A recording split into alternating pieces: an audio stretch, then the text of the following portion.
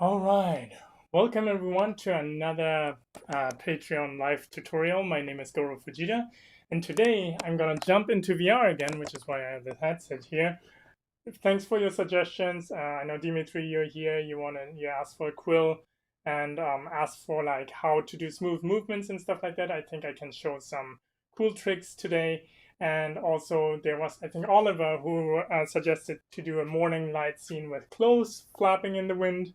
I try to incorporate that as well with the wave crashing against rocks. So without further ado, let's dive right in. So we have an empty scene here. And let me start with some rocks first. So I don't worry too much about coloring right now. I'm just gonna do like a foundation here of rocks. I might want like a character sitting on a rock here. It's gonna be all freestyle. So let me know if you have any ideas that you want to suggest. I will try to keep an eye on the chat. I think I can look through this gap here in my headset and check what you guys are saying. So yeah, just let me know. Maybe I will actually use this brush. I kind of like this brush. And then I just bend it to get like a really cool, like a nice smooth rock face. And maybe there's a, these rocks lead to the beach or something.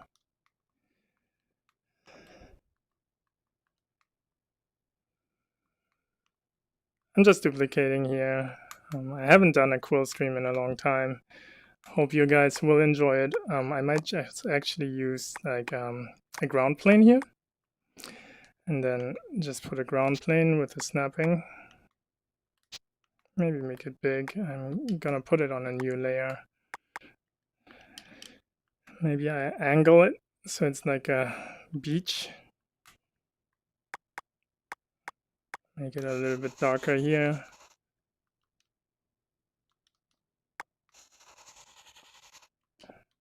And if you guys have any questions, just let me know in the chat. And then I might do the water surface also. So this is sand. And this is water. Let me just quickly check if I'm recording. Yes, I am. This was like super quickly put together, so I just want to make sure I got everything right. Let me see.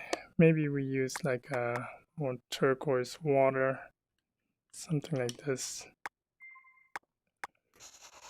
Like a little gradient, a little bit of the sand color. So you get like the water here.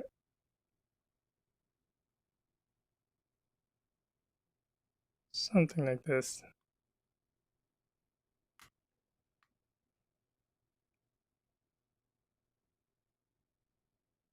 Maybe make it bigger.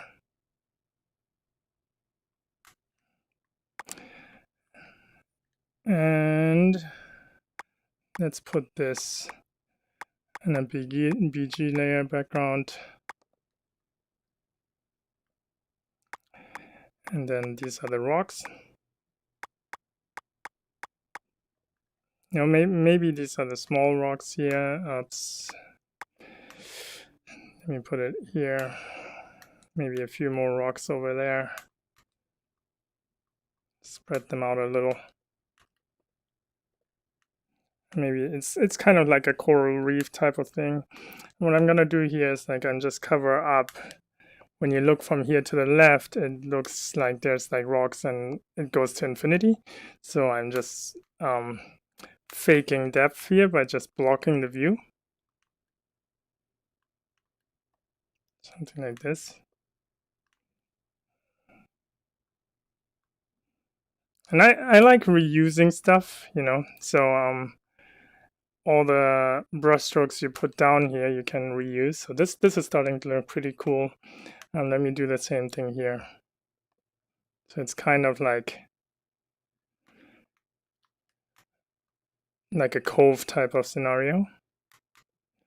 Make sure you don't see the repetitiveness, so make sure when you duplicate your geometry that the brush strokes, that you rotate the brushes so it doesn't look like a clone stamping tool, if you know what I mean. So let me see, this looks pretty cool. Okay, let me unify the colors a little bit here with just colorization. And then I might want to get into the mood of the morning light, because there was another request. So what I'm gonna do is I'm going to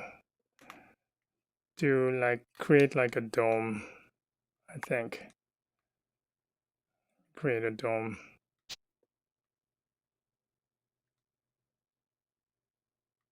So I'm just using the grab tool here, creating like a nice arch. Maybe this will work. Let's see. Yeah, this might work. And then I'll just do, you know what? There's a quicker way to do this. Oops. So I want to like have multiple strokes. So I'm just gonna do this, and do, oops, and do this. Nope. What am I doing? Sorry. I wanted to do this. This might have been too tight. Ah.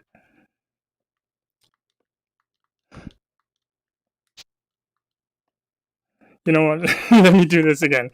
Okay, it's sometimes, you know, it's a bit of a trial and error. Okay, let me just do this.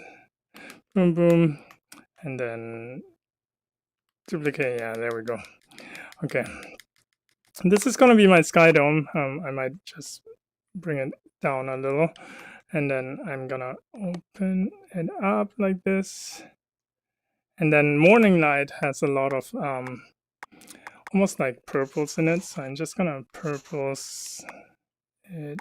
Yes, call it sky, and a little bit of like this teal color at the bottom. Maybe the purple is a little bit too cool, so I want to make it a little bit warmer. So something like this, and then maybe a little bit of yellow at the bottom. So you get like this nice smooth gradient.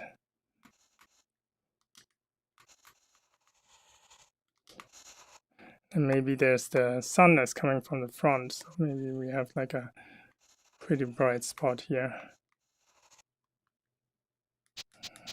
I might do that actually with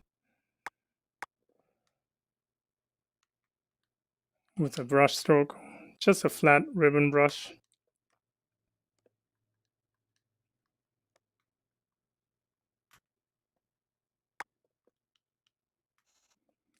Maybe the sun is still like on the rise. Let me see what that looks like. That might be better. I want a little bit more saturated blues here, just to get a nice transition.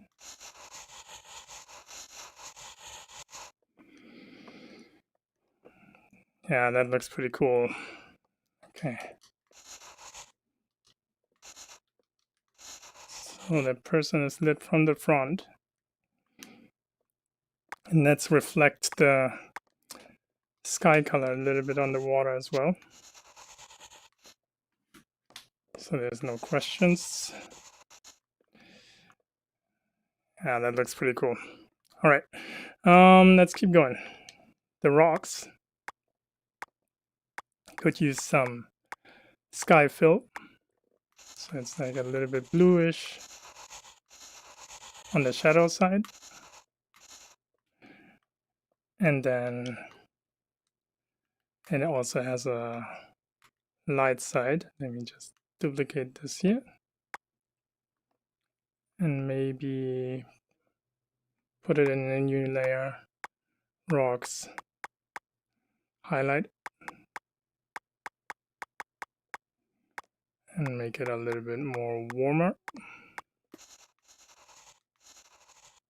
So it creates the illusion of light hitting these surfaces. That's pretty cool. And this is gonna be my hero rock, so I'm not working on that yet. Just gonna establish the atmosphere so I can get into the mood of things. So I'm just gonna duplicate this. And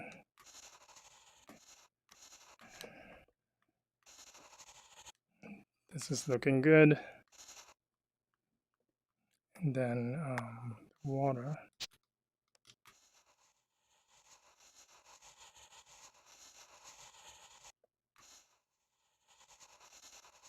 I'm just gonna merge it so it becomes invisible here. So I get like a really nice gradient that looks good. And then the sand can actually have a pretty sharp line where the water is basically making the sand wet. Okay, I can even make like a little detail layer here for the sand. Let me try this and turn on the wireframe so I can see what I'm doing. So I'm just like breaking up that edge.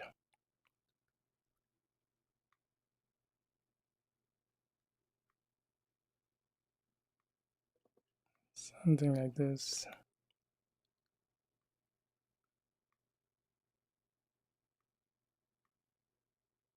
Let's see what that looks like. Yeah, that's pretty cool.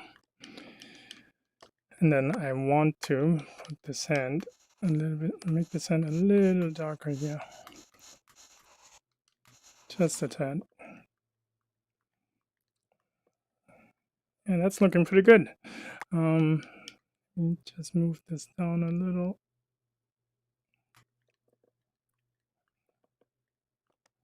I think it's hovering too much, so let me bring that down.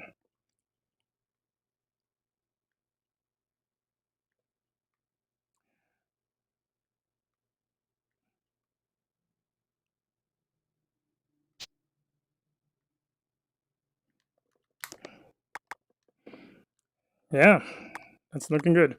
Okay, let's go to the hero rocks here. And maybe there's like a big one. Let me just make a big one here where like this character will be sitting. Maybe something like this. Let me move this out a little more.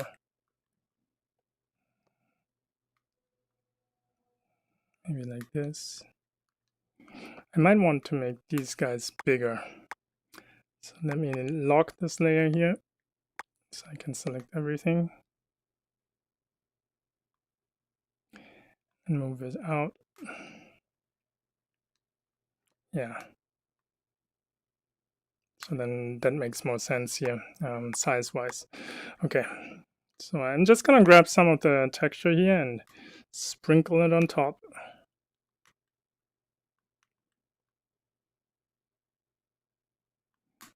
Just breaking up the silhouettes a little bit. So let me make this a little bit darker.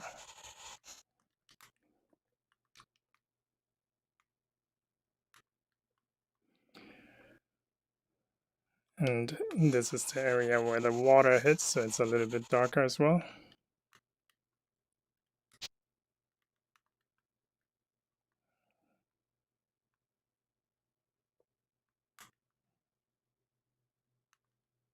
Just like this.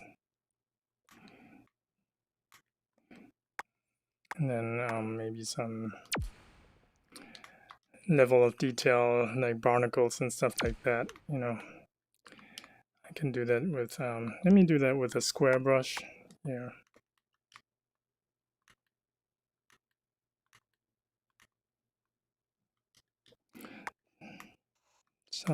Some level of detail here. I might actually put some colors, oops, mix some colors into it as well. Just a tad. and then just sprinkle it everywhere.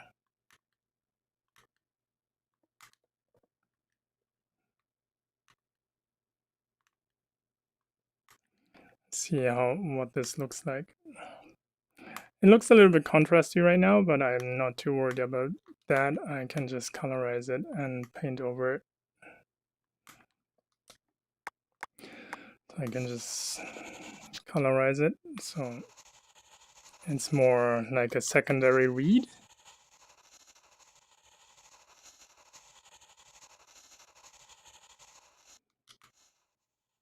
Yeah, that's pretty cool. And let me just extend this. So there's like this boy that's like enjoying the morning sun. So there needs to be like a way for him to climb up this thing. So maybe he jumped over here.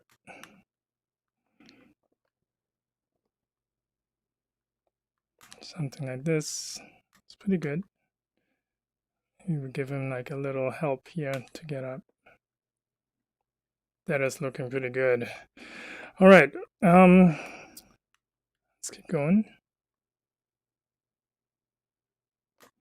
Maybe here I can use more simpler brushes.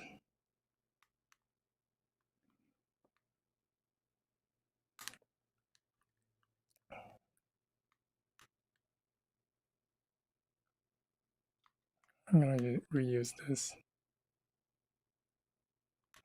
Just trying to find a nice natural randomization here. So the secret is, you know, you have like areas with a lot of density. That's what I do in Photoshop as well, and then areas with less density, right? So that way it looks very natural and random. That's how you can always create like nature is random and not even, right? So while our instinct is to make every spacing and stuff even, if you break it up like this, you know, now you see like there's 1 1 2 1 2, so it looks too even, right? But if you then break that up in something like this, that there's more density over here, then it starts to look natural, see? But now this is competing, this and this, right? So maybe I will lose the big one here, lose this one here, and now it starts looking much nicer. I might remove these ones so it looks more random, right?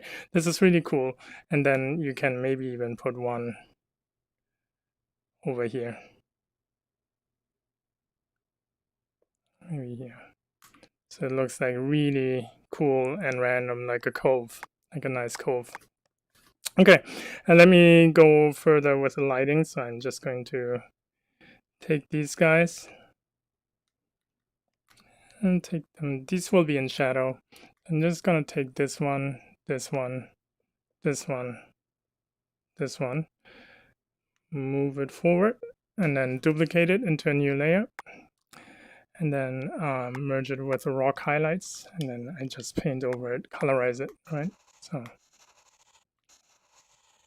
that's a quick way to get like really nice lighting on the rocks. And I use the same, very similar technique in Photoshop, as you know, right? So I put the shadow color in first, and then I will do the highlights after. Okay, so how many minutes? And we're only 22 minutes in. I have a pretty decent set over here. And then I'm just going to also duplicate this rock. And then put it onto a new layer, merge, and then work on the rock highlight.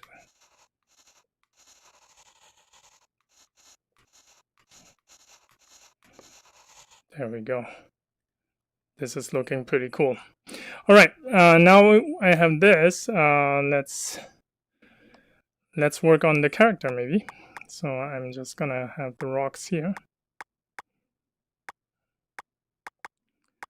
Rocks.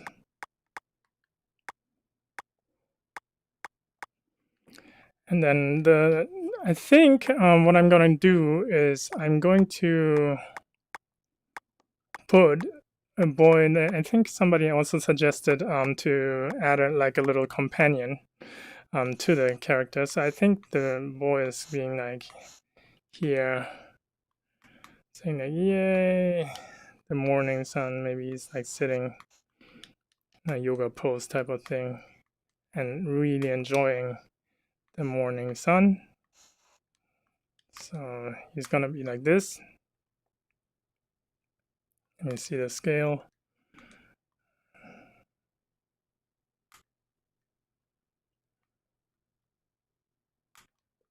Let's see.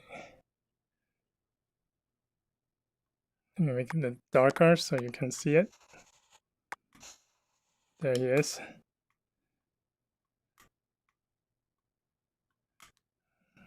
Let me see what that looks like. That looks pretty cool. And maybe he will have a companion who sits. Let me soften the ground a little bit for him. So take this. So he has a better platform to sit on.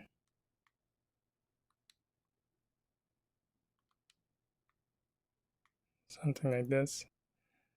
And maybe there's another one for his dog. He has a dog.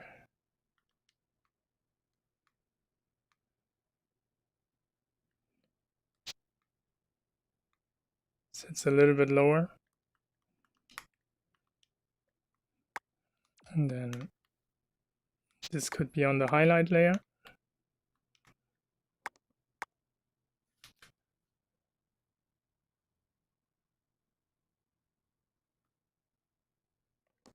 Okay. I was just checking if you had any questions, but it was more of a comment. So Dimitri says he can already see his worried mother. This is cool. Like these little details are really nice, you know, like you get like this little ledge here, right? So you can actually also use this and duplicate it and reuse it to create more detail. Yeah. This is kind of nice. And then here, can make it a little bit brighter, maybe the top because of the sky fill.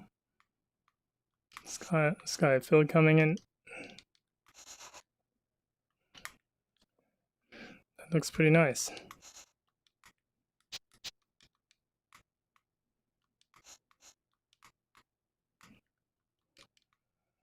One more of these, more of this texture here. Just to soften the gradients a little bit, just like that. And I think the highlight here can be a little bit brighter as well, especially this one. Again, a little bit brighter. It's a bit too aggressive, something like this. Yeah, this is pretty cool. Okay, let's go back to my sketch layer. So there will be maybe a dog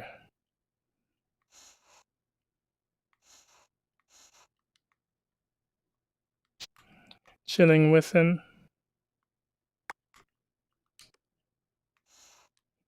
Either chilling with him or he's barking at birds or something.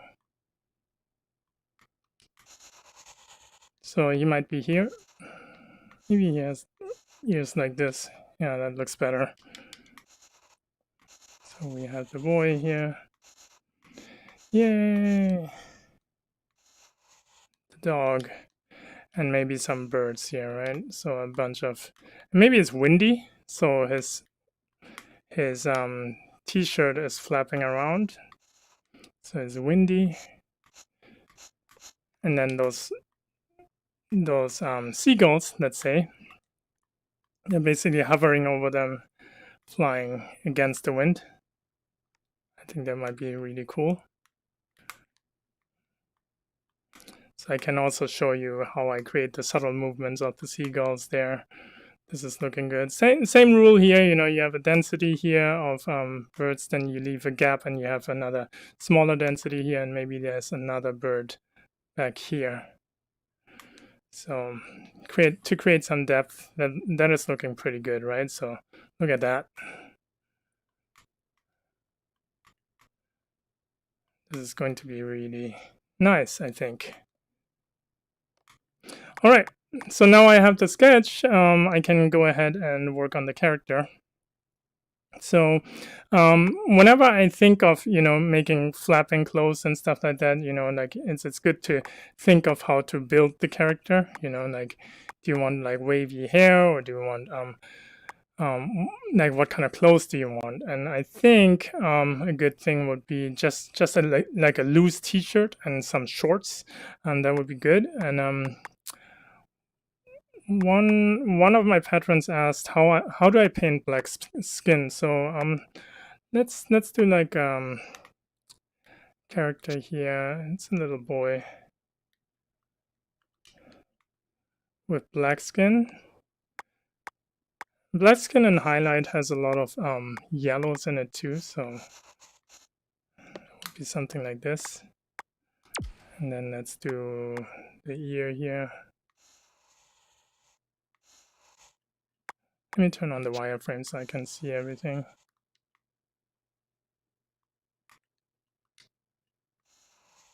So I could mirror the ear, but I like to redraw things because then, it always looks more asymmetric, which I like. So you can bend it a little, just like this.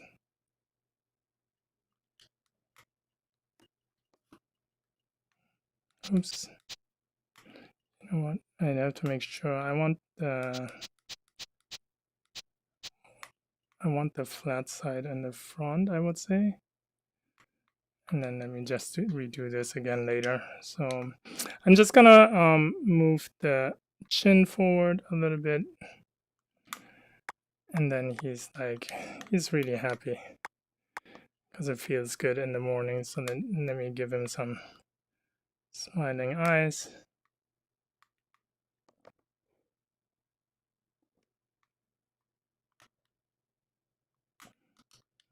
And little nose.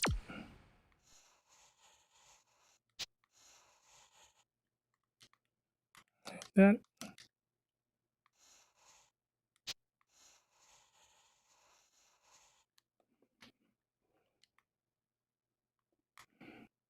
And then little mouth.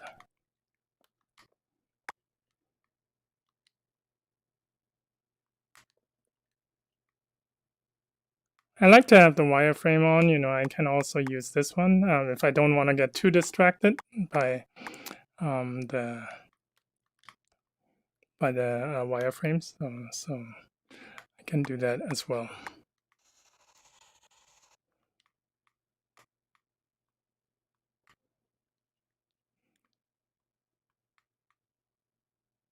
Let me do it smaller.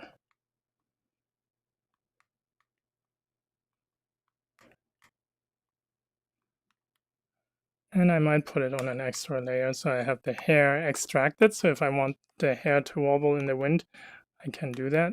So I'm just gonna distribute the hair.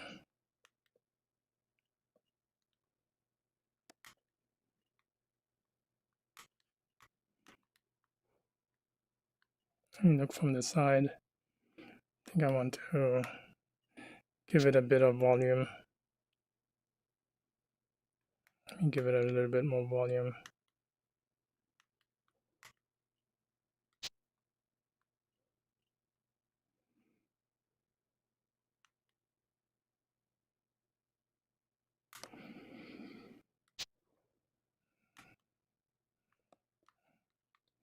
Just filling in the gaps freehand. And then I can grab tool to modify the silhouette of the hair, which I'm going to do in a bit. So, like what I like about working in VR and in Quill is that, you can always at any time fix stuff. So now I have this, I can actually change the volume a little bit and then really sculpt the hair out of this.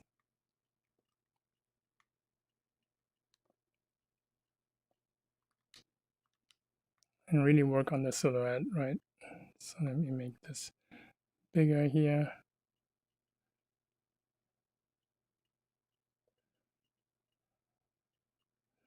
Maybe bring his facial features a little bit down. So he has a higher forehead.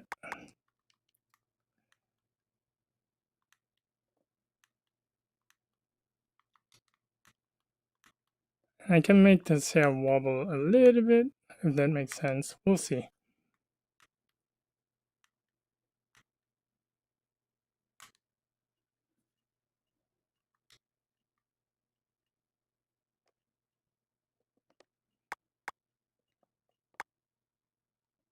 Just checking. There's a layer. Let me just see when I optimize this one. I feel like there's like way too many polygons there. There's something going on here.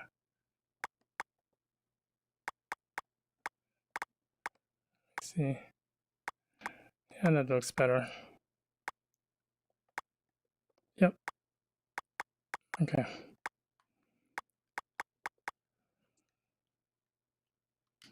I might reshape his face here a little bit. Make it a little bit shorter so he looks cuter. And I want to use subsurface scattering on his ears. That will look awesome. So I'm just gonna duplicate his head and bring it to the brown color of his hair. So that way, basically what it does is it creates like a foundation so you don't see those gaps inside. And then I can just move this up a little so it creates kind of like his hairline, right? So that is looking good. And maybe we can go a little bit darker on here and then a little bit lighter at the bottom. So maybe.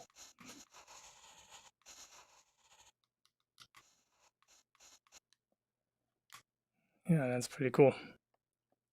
All right, so this is the hair. And maybe make it a little bit darker here. And fill in some of the gaps that occurred. And then we can actually also add a little bit of light because he's lit from the front. And a little bit of the sky fill here, just a tad. A little bit bluer.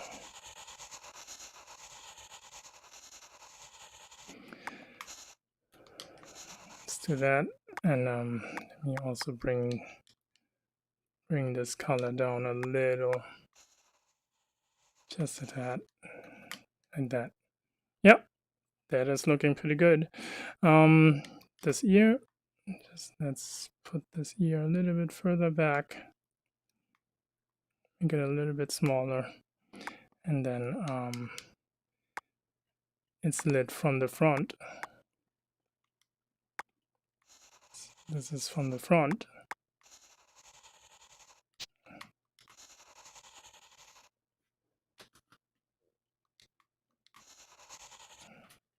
So it's lit. This is also, his face can be a little bit brighter. Let me keep it a little bit darker here.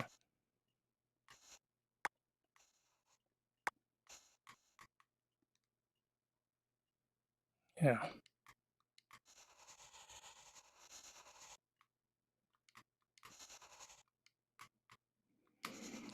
Just colorizing it, and his nose can be a little darker with a highlight.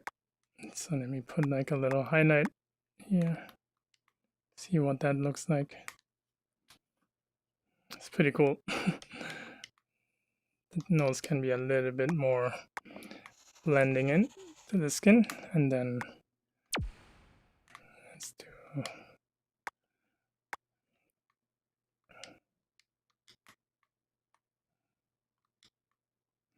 You know what? I might use thicker eyebrows. So use something like this.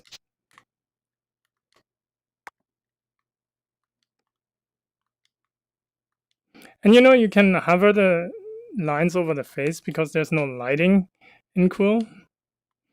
It doesn't, you don't see it unless you look at it like this, right? But if you look at it like this, it looks totally fine.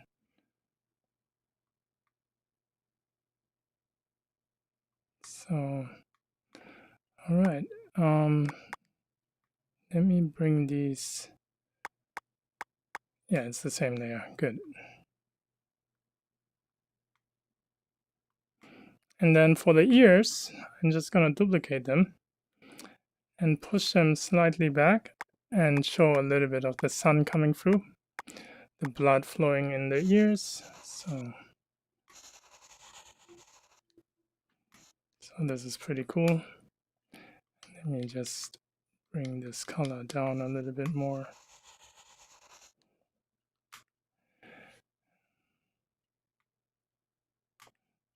And then we put this all in a head layer. This is head. And then create a body. Let me get rid of the sketch here, and then I'm just gonna put it here already. So you can move the head. I'm moving the pivot with the index finger trigger, and I can just put the boy here. Let me just check the sketch, how big he should be. Something like this. This is good. And then I do the body. So for the body, I might just do, what do I do? Let's see. Let me do something like this. This is his neckline.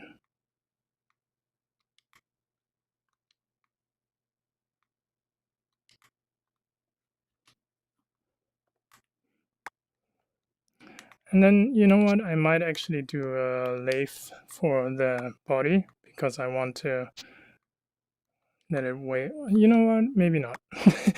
I'm undecisive. But that's the good thing about Quill. You know, like you can always change your mind, redo things if you need to. It's pretty quick. So I'm just going to do like a manual hand lathe. He's sitting like this. Just using thick strokes here. Maybe I just use this brush. I'm not sure. It doesn't really matter. Then I make it a little bit smaller. And the neck coming out. Maybe I can reuse this for the arms. Yes. See, like this is the cool thing about Quill, where you know you can just reuse everything.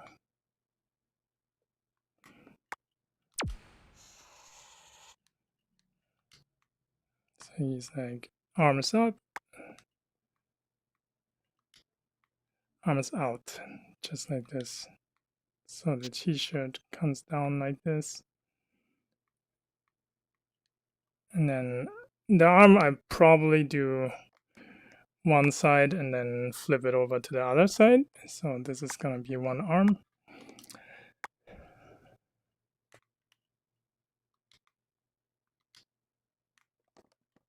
And if you have questions, just ask them in the chat, right? Let's see, what time is it? We're 40 minutes in. Perfect. So I'm just going to do like pretty simple tube arms here. Nothing special. And then hand.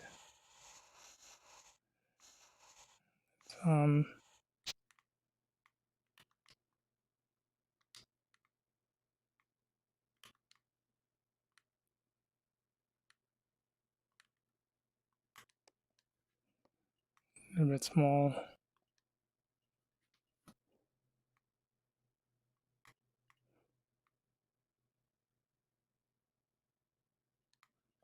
It's pretty good.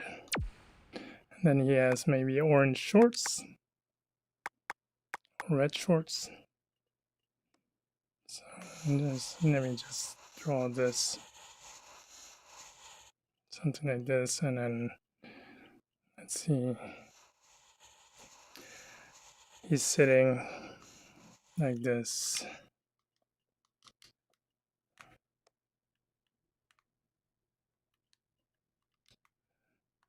Just place it right, and then I can just return it over. Turn it over to the other side.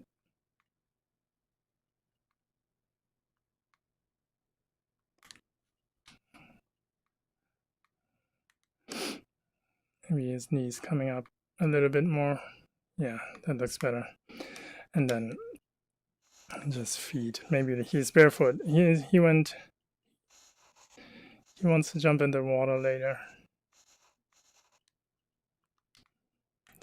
So I just, indicate here. I'm not gonna spend too much time on this. You get the idea. And then let me see his clothes. And sometimes, I do the separation after the fact. Separation meaning separation into layers, right? So this is his shirt. And, like I add a few extra strokes because I wanted to flap in the wind. This is going to be looking really cool. So, all right, let me check on the colors. So let me work on the lighting here. So the front will be pretty warmly lit. It might be okay. So Dimitri is asking, is performance affected a lot by a combination of different types of brushes in the same layer, or isn't it a big deal? It's not when you just work in Quill. When you share it to Quill Theater for VR, for mobile VR, then you have to watch these draw calls, right? So I'm at 18 or 65 now, which is like totally fine. So I'm not too concerned about using different brushes, but each brush I can show you here. Let me open the performance panel here so you can see. So if I use the cylinder brush here, let me see, why isn't the draw calls refreshing? That's weird. Draw calls should be refreshing, but huh.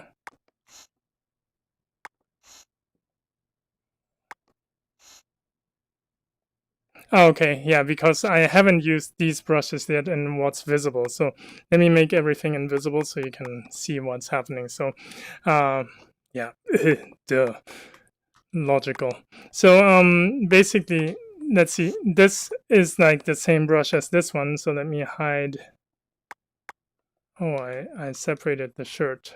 So let me just create this, hide the shirt. So he has 0 draw calls, right? Now I draw like a line.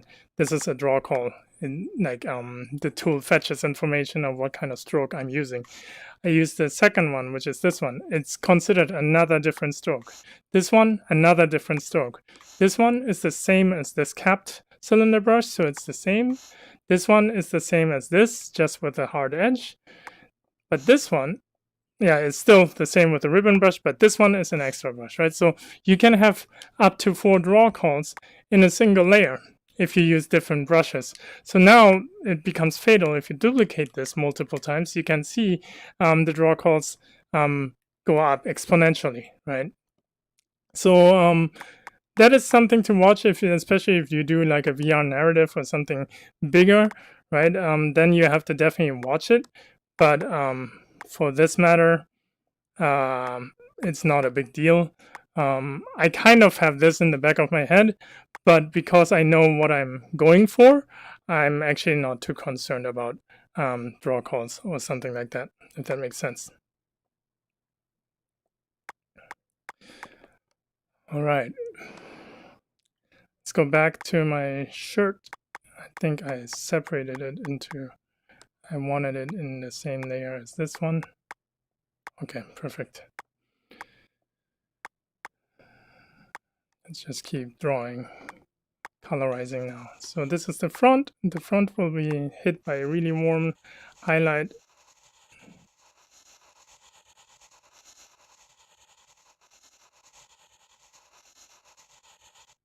And then the back will actually be like from the sky color. Where's the sky dome? Let me turn on the sky. It's actually pretty purple, so I can bring in the purple and the blue into the shadow. This will look really cool. See that? Maybe a little bit more blue than purple.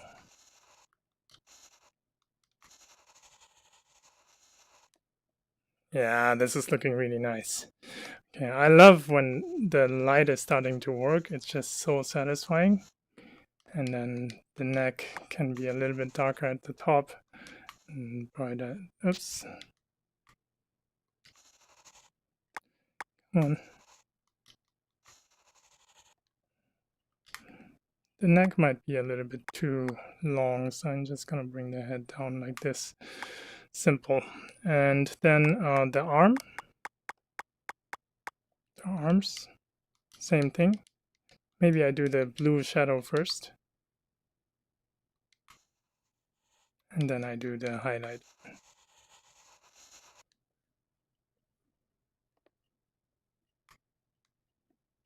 What happened here? Didn't quite select it all. Yeah. This is looking really cool. All right, let me do the hand a little quick. So for the hand, I might want to add a few more gradients. Here it's a little bit darker inside, and then maybe we will add a tad of orange. And then here we can actually do some subsurface scattering in the hand, right?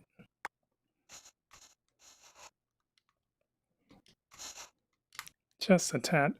And then we just duplicate the entire hand, arm, move it forward, and that's where we hit it with bright light.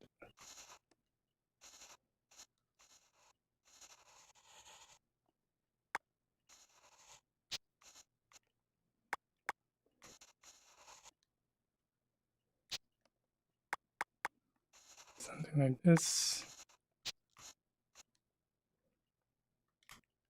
Pretty cool.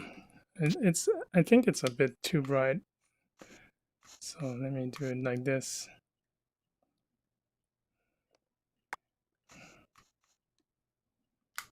Yeah, and let me bring his face a little bit up.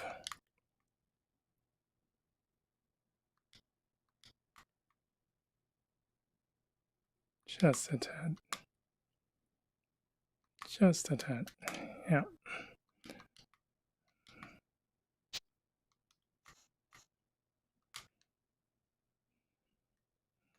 Yeah, I might want to make it a tad darker. Just use multiply a bit. Nice. This is looking good. So let me just duplicate the arm. So I seem to have the legs on the same layer. So I'm just gonna remove the legs, put them on a new layer and do the same thing.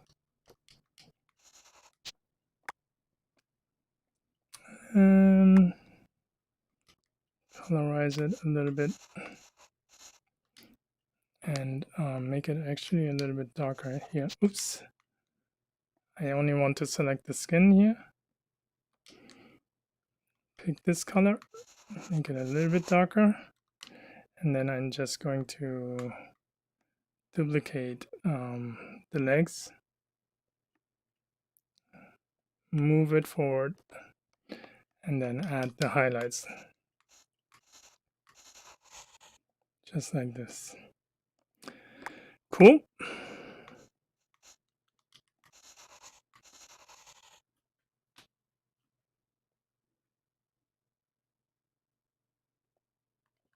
Okay. Then the red pants. The red pants, I might be able to just color the red pants here on the spot. Let me see if that works. So I don't have to duplicate them to light them. So the red shorts, oops.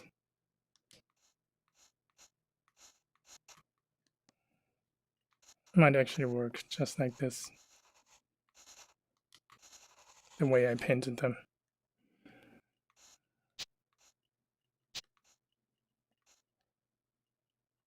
Yeah, it's pretty cool. Might tone it down a little, just a tad. It's good enough. And then I just gonna put this into the body layer.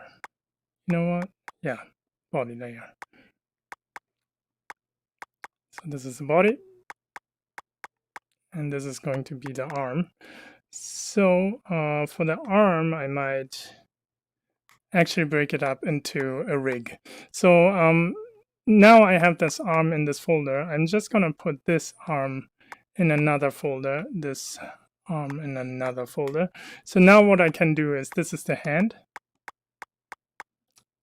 right? So let me reset transforms, and then I can move the hand here. Perfect. Then I bring this arm here. Perfect. And then I'm gonna bring the shoulder rotation here. Maybe, oops, to right here. Yeah, good enough. Let me see. Yep, perfect. So this is upper arm. This is lower. And then what I'm gonna do, this is his R lower. We're gonna duplicate this. This is gonna be the L lower arm, and I'm just going to mirror it and flip it in X. Oops.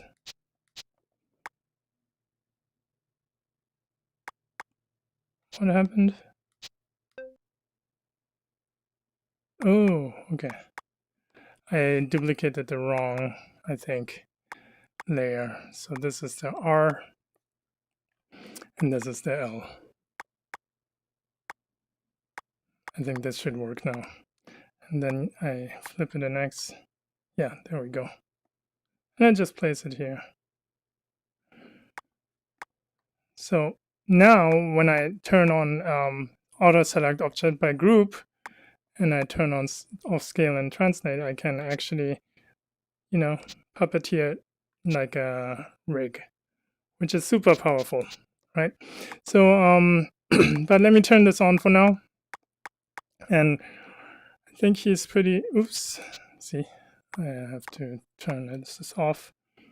All right, let me work on his dog friend. Actually, you know what? I might want a little logo on his front.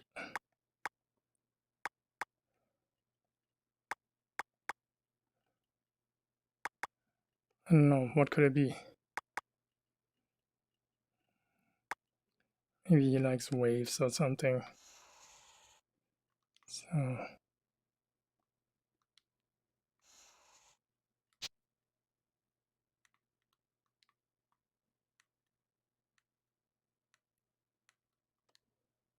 it's because it looks cool.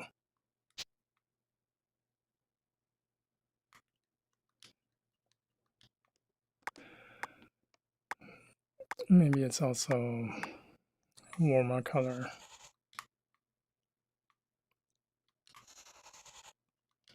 Just put a logo on the front. Just a little thing that looks nice. Perfect. Okay, now we got this guy. Let's work on the dog. So I have the head here. Oh, you know what? I want to rig the body maybe a little bit. So let me actually separate the legs. Yeah. Those are the legs. And then I'm just gonna put everything, the arms and the head and the body. This is gonna be the torso. And then I'm going to put this into, so I can add like a little rotation here. This is pretty good. Let's see. Yeah, this is pretty good. All right, now I can move the body and then the head.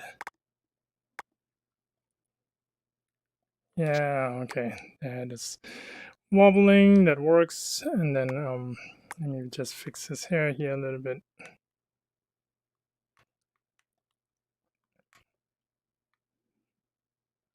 Fix it up.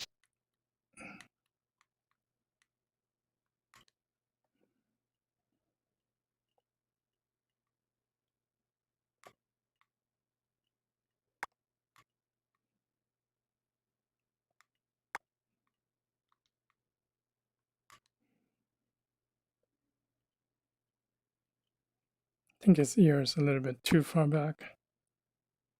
Bring it a bit more forward.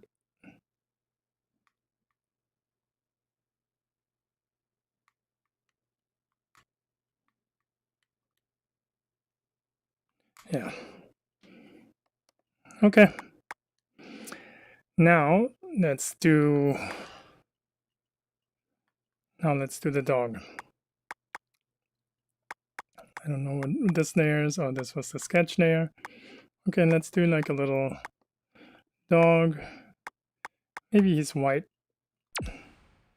or black. Maybe I use a different color first so I can see what I'm doing. I'm gonna make him like really simple. Let's set him here.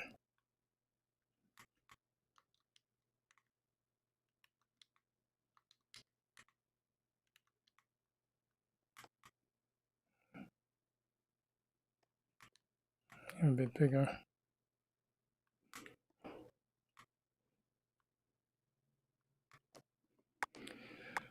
All right.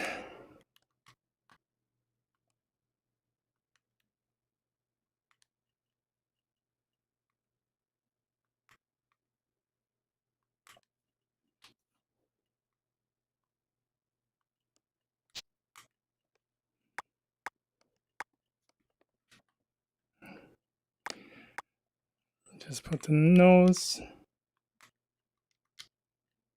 Maybe bend this up a little.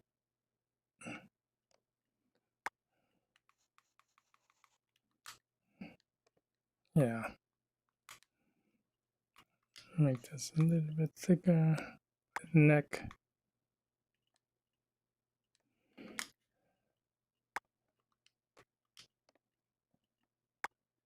Move it out a little. Yep.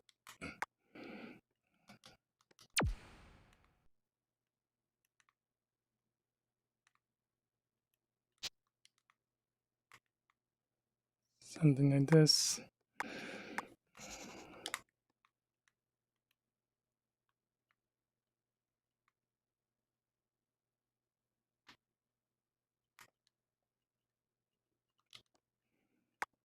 And then the tail.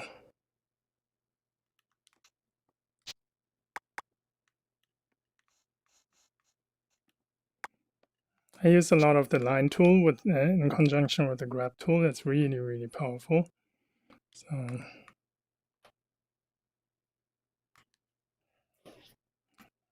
little bit too long. Make it a little bit shorter. Then the front paws.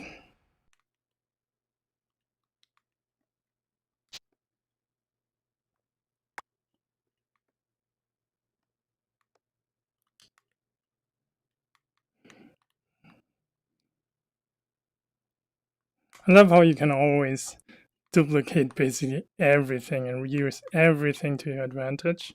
So you don't have to paint things twice, you can just copy and reuse. So this is looking pretty good. Let's make him like a little bit darker. So it's a nice silhouette. Better when he's bigger. Let me see. Huge. Great Dane. I guess this looks pretty good.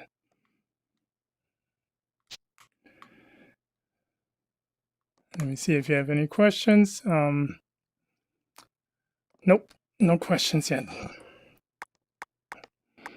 All right, so let's give the dog some eyes. And maybe some inside of the ears. So this can be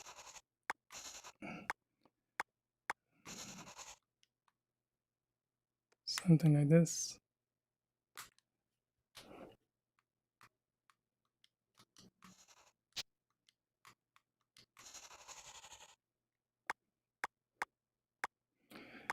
A little bit darker at the top, and then we can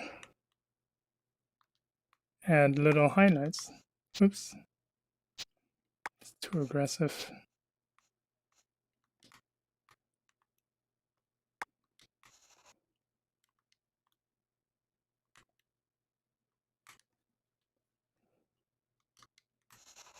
And then highlight.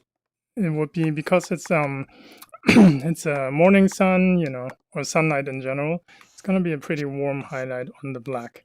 So it will still read as black, as you see, but it's kind of like lit from the front, right? So this is cool. And then let me just push that. Oops.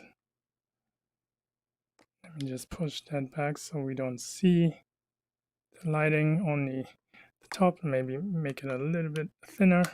Perfect. Okay, and then here, maybe this section can be a little bit brighter even. It's too bright, just subtle. This is good. Right, let me get the rest of the body, make them a little bit darker. And then the front, duplicate, copy the color, pick the color, and just use it to colorize everything. Maybe here we have some bounce light from the water. Or from the rock. Maybe from the rock is better. So let's make the bounce light a little bit warmer. Warmer. There we go. This is looking good. Do the same thing here for the tail.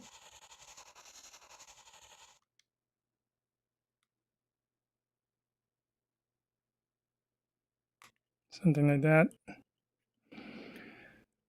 This is cool. Okay, this is looking good. I think on the rocks, so this is the dog.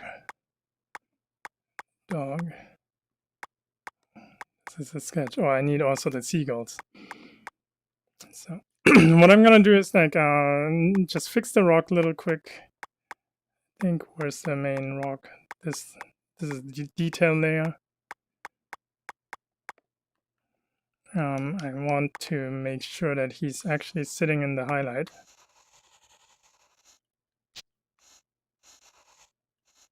And casting a shadow. So to cast a shadow, I'm just gonna paint over it. Let me use this.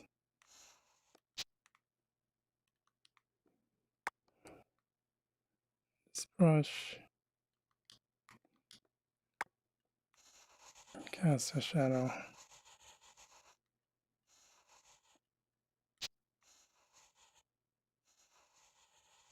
Something like this. Same here.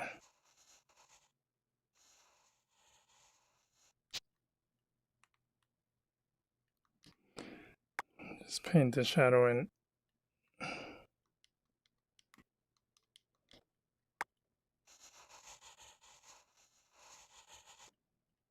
And make sure this is also all in shadow already. Okay.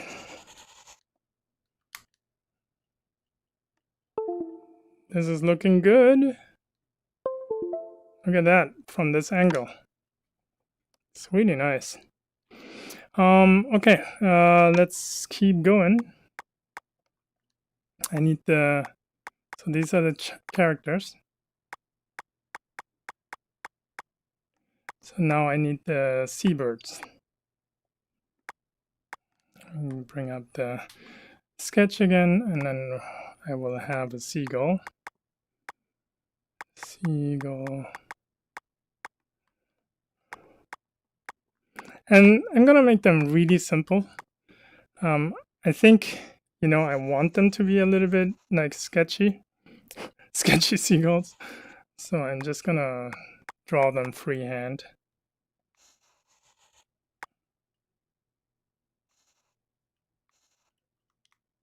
I think they have some gray in it.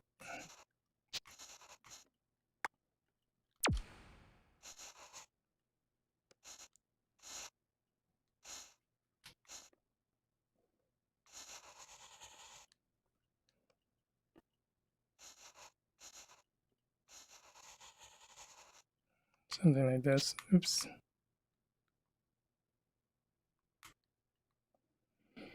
Let's duplicate it over.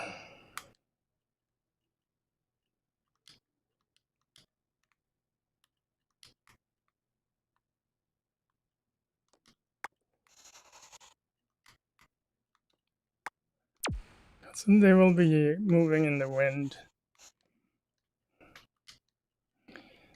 Not too concerned about the level of detail. This is a freestyle session anyhow. Let me just do the bottom, like the bounce light is a little bit blue.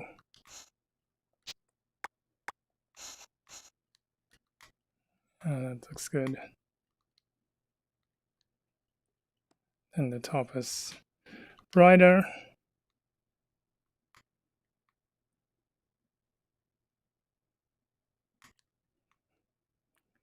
And they'll be about, they're pretty big, so let me put them here. Let me hide this little quick. And then what I'm gonna do is I'm going to create a rig for these as well. So this is gonna be fun. I'm gonna start animating them first. So now we get into animation. Are we an hour now? An hour and 10 minutes. Okay. Then I'm gonna animate them, and then I'm gonna animate some waves, and then we should be done. So from here, it should be fairly quick. So what I'm gonna do is like, I'm gonna do a 12 frame cycle on the wings. So let me do a 12 frame cycle, hit loop, and then use the nudge tool to show that they're like waving in the wind. Right.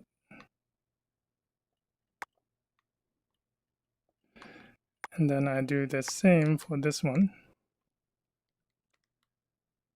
12. Okay. And then I'm just going to put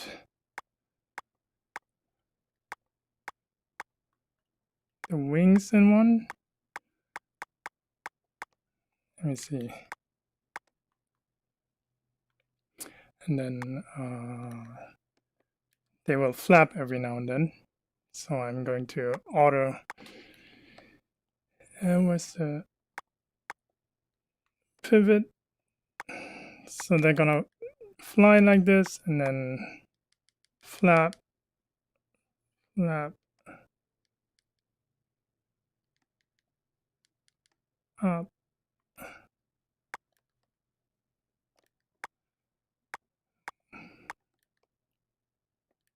Okay, it's too slow. I'm keyframing it. You know what? I think it has to go up first. So I'm just gonna go up first. and then down, and then up, and then down, up, and then down. Make sure the spacing is somewhat even. I don't care if it's like not perfectly even. And then I want to copy this to this. Let's see what that looks like. 1, 2. Yeah, that's pretty good. And then I do the same thing. Let me actually duplicate this. I'm going to duplicate this and then mirror it. Flip it an X. Move it over. Whoops. Flip it an X. Move it over. And now it should. Okay. It didn't do the right thing. Never mind. Let me just fix that. That's funny. I thought it should work, but I guess not.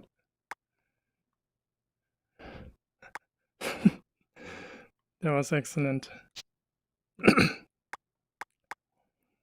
I actually don't know why that didn't work. It should actually work, but oh well. You get the idea.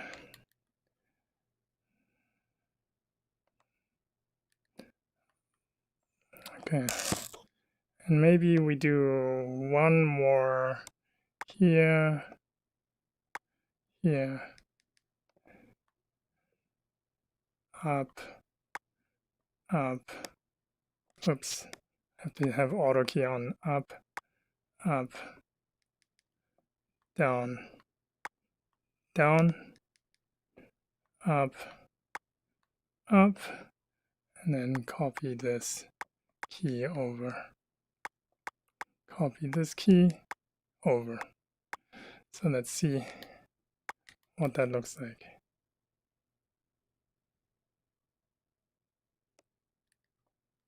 Okay, maybe that was a little bit too fast. Space it out a little. But it looked like he only did one flap. So I want to see what's going on here. So 1, 2. Okay, that's fine. It should add enough randomization. Yeah. Okay, so let's say the whole animation is going to be 6 seconds long. So what I'm going to do is I'm going to loop it here and bake it. So now what I have is, hold on, I want to actually put the seagull in there too, the body. So I'm going to put that in there.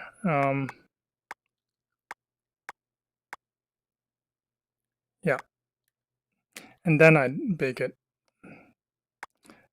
Bake this. What I have now is a seagull animated in 24 frames per second, and it's flapping randomly. Okay, that's looking good. So let me fix a little quick the wings here. Where does it go here? I like to do the little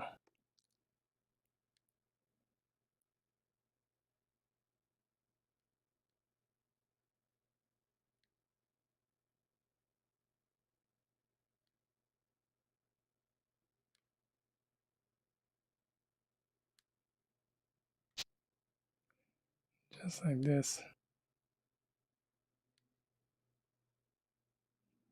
So it looks better.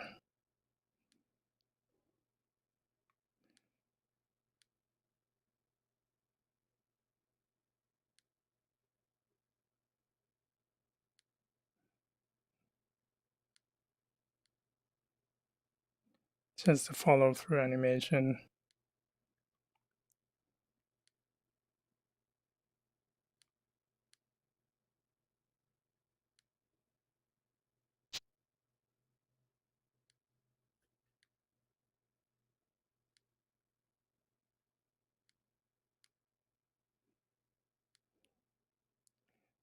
just frame by frame. Okay, one more. Oops.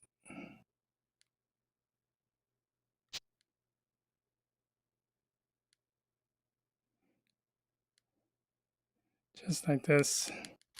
Okay, I wait for the next flap. There it is.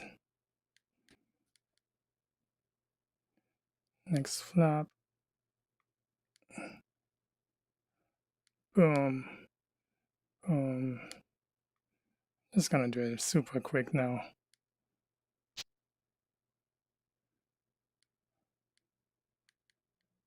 Oops. There we go. Down. Oops. Like this. Like this. And then like this.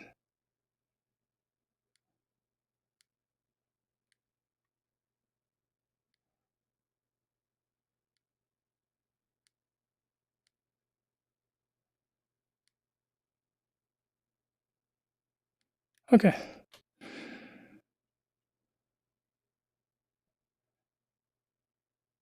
Yeah, that looks better. Okay, now we have this. Let's see if you have any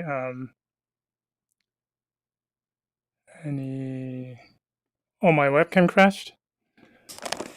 Let me bring my webcam back.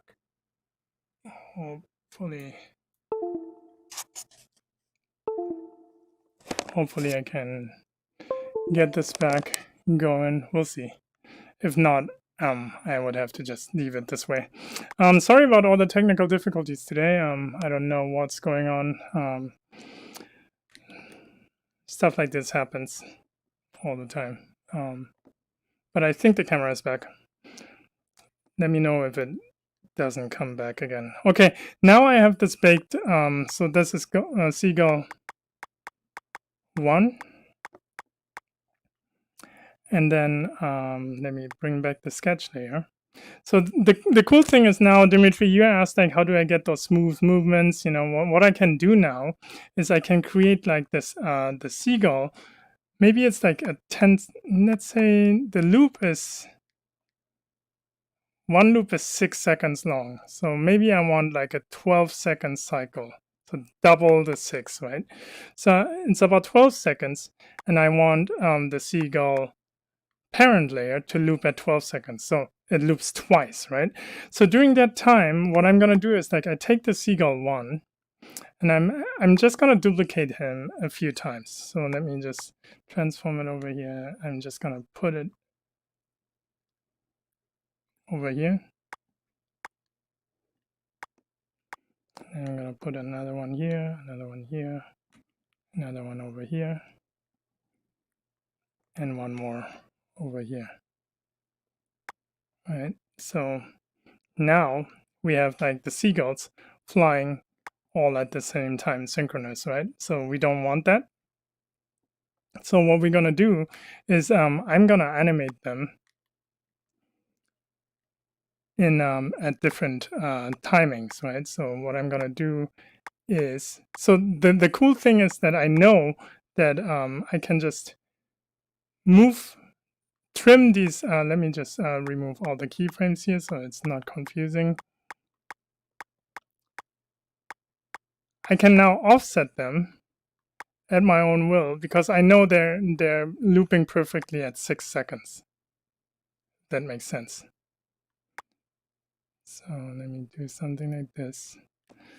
And now they're gonna be flying at different times, right? So it looks like it's like they're like offset in time, so it looks much more organic, but they're like super static. And I don't like the way how static they are, right? So now you can animate them within those 6 seconds. So what I'm gonna do is I puppeteer them. So I'm gonna set a keyframe at the beginning and at the end. And I know that it's about 12 seconds, right? So what I'm gonna do is I'm gonna puppeteer this seagull, this one first, right?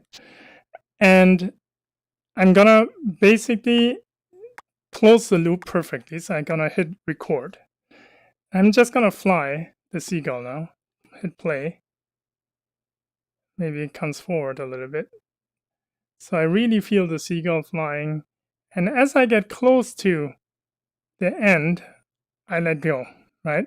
So now I select them all, put them to linear keys, and what happens is now the seagull is flying against the wind. And then here, it just closes the loop. It might look a little bit jerky, but there, right? So you saw here, it goes to the position again. So I can just, change it up a little so it looks more organic. So let me just try to do that.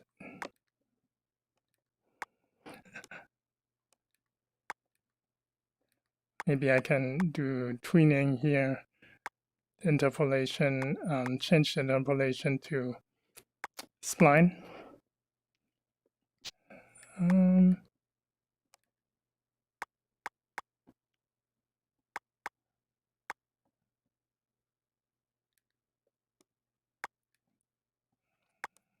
It's not the greatest. Let me see. Yeah, that looks better. So now I'm gonna do this to all seagulls. So let me just create a key, and I'm gonna be, let me just do that on all. The start and stop keyframe need to be the same because I'm gonna close the loop, right? And of course, it's super easy to fix that as because of the time. I'm not going to make a perfect loop, but this way you can just quickly puppeteer them. Let me see where this guy is so I can fly him. Fly him around. Fly him around. And then I look over and I stop. And then I go to the next, right? And then fly him around. He comes forward.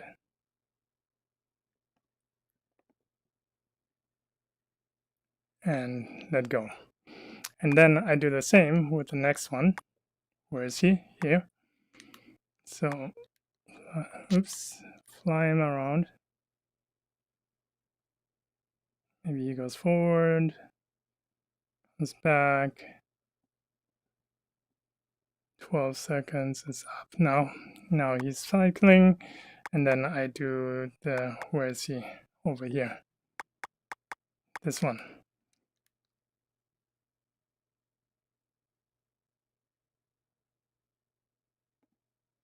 He can fly. So they're basically flying against the wind, right? Which is why they're flying in place. There we got this guy. And then lastly, this guy.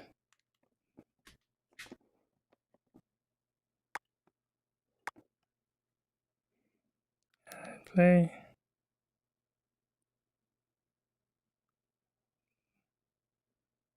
Flying. Flying, looking over. And let go. So now I have those birds flying, and you can see it looks like super organic, right? And then they might have like weird transitions at the end, but like, oh yeah, there was a really bad one. Let me see. I think this one was horrible.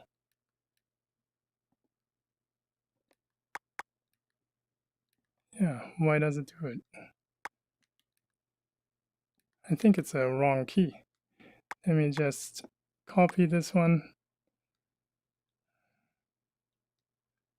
and paste it here. Yeah, I think it was a wrong key that he's moving back to. Yep, that looks better. Isn't it cool? This is pretty cool, right? So now you would wonder why are the seagulls flying against the wind like that? Of course, the clothes of him need to be convincing as well, right? So let me just optimize all seagulls real quick so they don't actually have to be that big. So let me get the optimization going. Optimize, optimize, optimize, optimize, and max. So they're much lighter now. Okay, now once I have the seagulls, I'm gonna work on the characters. So maybe I'm gonna start working on the dog first. So let me just create a dog layer and put the head into a folder. And make sure I can move the head. And then he's not going to move much, just the ears. So in the head, I'm just going to remove the ears. And then I'm going to make a 12 frame cycle, always divisible by 12. And then let me just hide these guys. I don't need this. And then loop it, and his ears are going crazy. So let me do... Actually, let's go 24.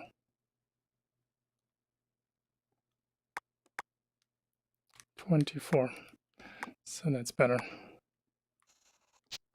And then I'm just going to nudge it. These are his ears, and then I'm just going to grab tool it a little bit.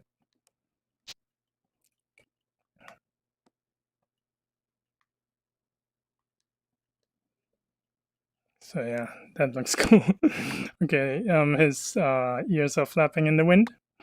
And then I go, this is the dog. And then I'm going to do the same thing here. The dog, maybe... Why don't we do also a 12 frame cycle, 12 second cycle? So I'm going to sequence it, loop it, and this is his head. So now I'm going to do the same thing what I did with the seagulls. Keyframe here, keyframe there. And then I'm going to just rotate.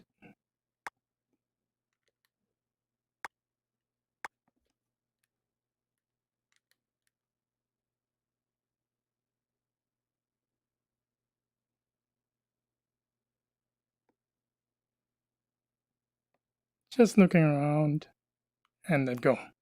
And now I have the dog super lifelike, looking up.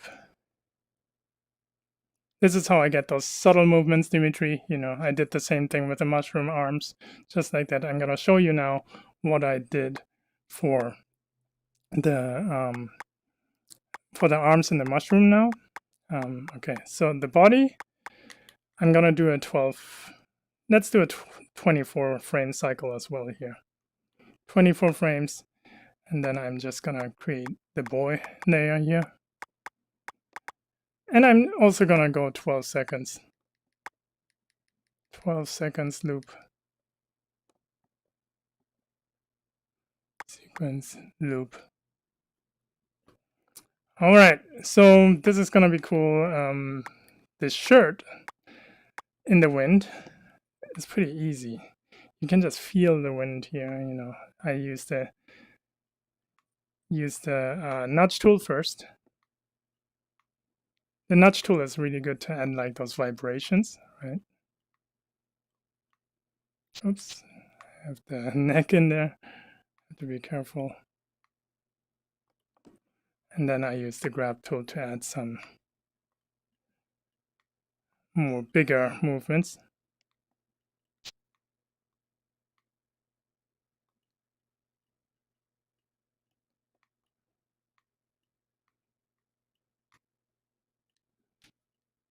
Yes, that looks good. Okay, and then we have the legs. So let's do the legs. We just put them in there. And let's do 24 as well. 24 frame cycle loop. And then I'm just going to use the nudge tool.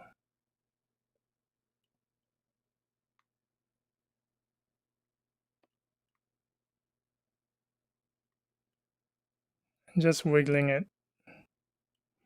And then I'm just going to use the grab tool to do bigger movements, right?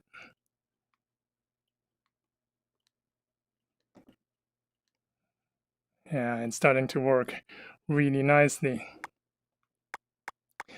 All right, now I have the boy, the clothes. I do the same thing with the upper arms. So the upper arm will have, maybe 12 is enough for the upper arm. I do the same thing here, 12 frame cycle. It should just vibrate.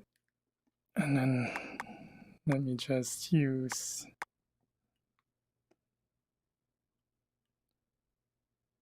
have to be careful to not touch the arm because they're on the same layer.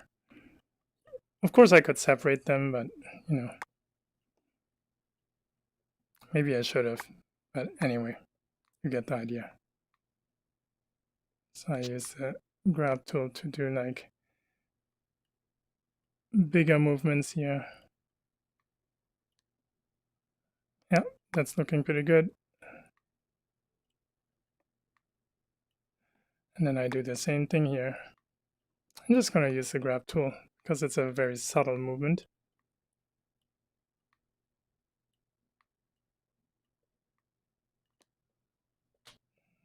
Yeah, that's pretty good.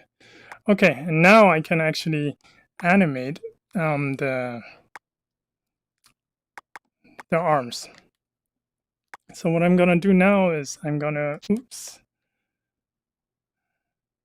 I think I can animate the torso as well, yeah. So what I'm gonna do now, I'm gonna do the same thing here. I'm gonna add, so there's a button called create keys in all children. I can do this and then it will create a key in all children, which is useful in this case. And then I can select all. So now I match the first frame with the last frame, right? So now I'm going to do the same thing where I just grab what I need and I start from the top, from the hand. So let me put this here so you guys can see it. And then I hit play. And maybe the hand is like waving in the wind as well. So I'm just gonna do like a, you know, the 12 frame cycle and stop. And then I just go to the arm next. And I pretend as he's like kind of fighting, holding his arm against the wind. And then I do this, the biggest movement, right? Just some vibrations here. I'm looking over to the timing, and now I have like a really organic movement of the hands. So I do the same thing here. Just a small wind movement first.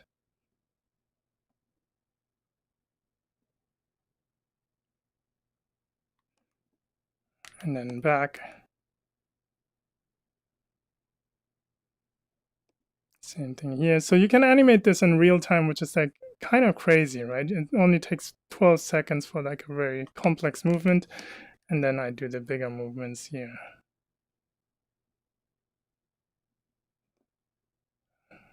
Just wiggle back and forth.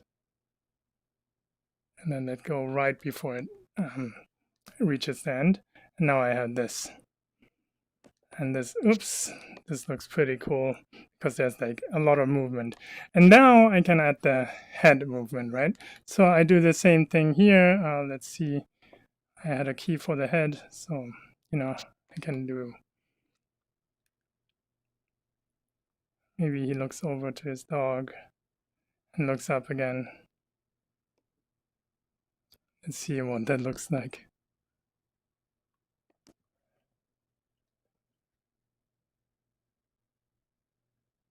It looks pretty cool. And then I can animate the torso as well. So when he looks over, turns a little bit, turns back.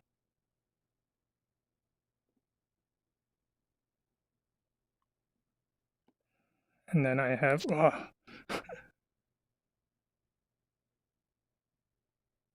You know what? Maybe the head turn was too extreme, so let me do that again. And it only takes 12 seconds to do it again, right? So he's looking, and then he's turning, and looks up again, because I want to turn his torso. So now I'm gonna show you what you can do with the torso, right? So you can actually move him slower. So 1, 2, he looks over.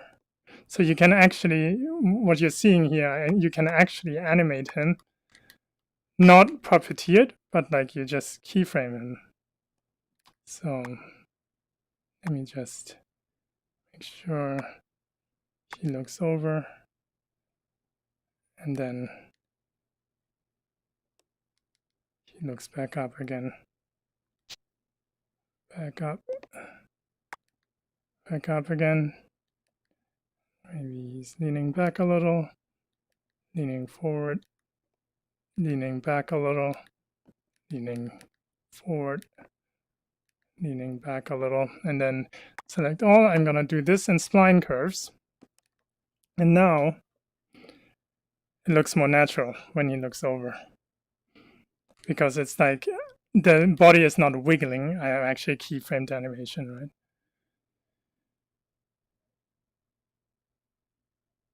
So that's pretty cool.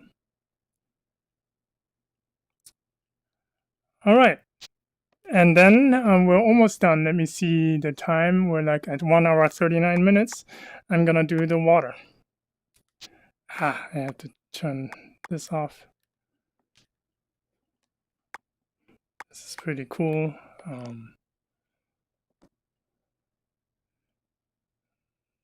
Let me see one thing here. Let me see if I have some ocean sounds I can use. I can. If you have any questions, let me know. Dimitri is saying, I see you use rig puppeteering, looks much smoother than my attempts with what that means. You're simply that much better puppeteering moves.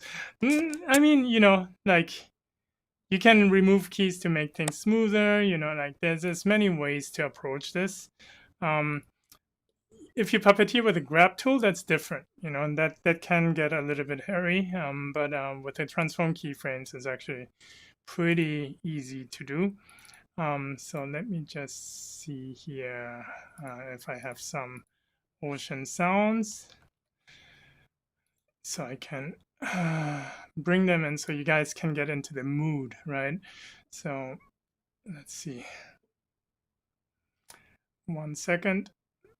And sorry for the technical difficulties today, you know, like stuff like that happens all the time when you do live stuff.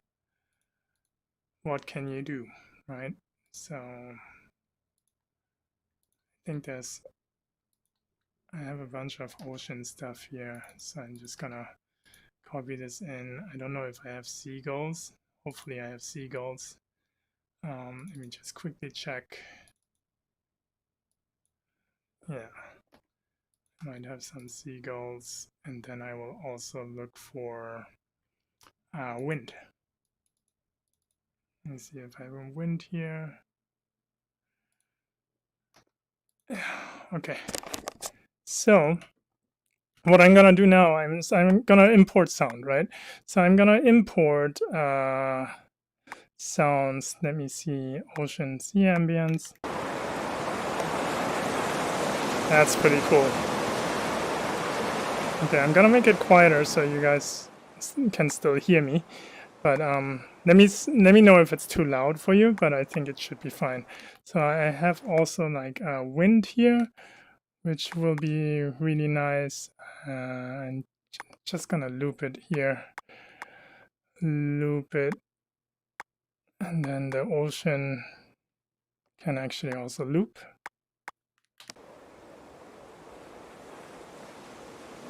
Yes. And then the wind can also be a little bit quieter. And then I'm gonna make the ocean positional. So the ocean will be spatial with an attenuation, and then it will come from the front. Right? So when I turn to the right, you can hear that. Turn to the left, you can hear that it's positional. And then let me just bring in the seagulls. Nice. That's a good one. So I'm just gonna spatialize it here.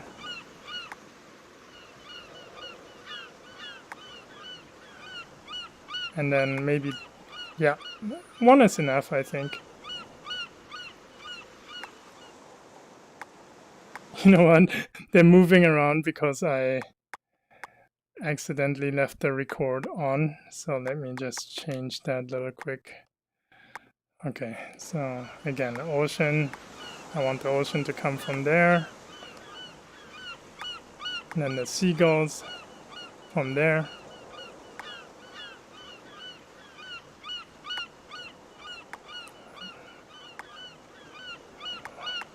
Okay, that's pretty good.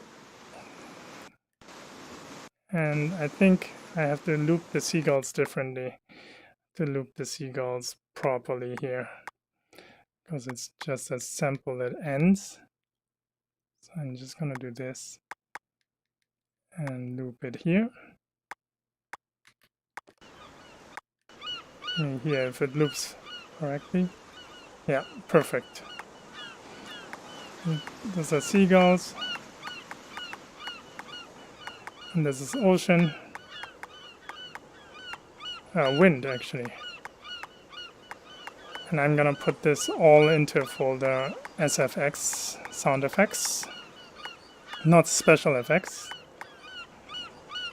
And then let's see if we can get some more close ocean wave sounds. Let me see if... Okay, it might be a little bit loud, so I'm gonna turn the volume down. And then I'm gonna place it right here, because we're gonna hear it right here. And then loop it. That's pretty cool. Okay, let me know if it's too loud. I can tone down the sound. As long as you can hear me, I would like you to hear the sound, because that would help. And then I basically go to the background layer. And let me see if I can do like a trick here.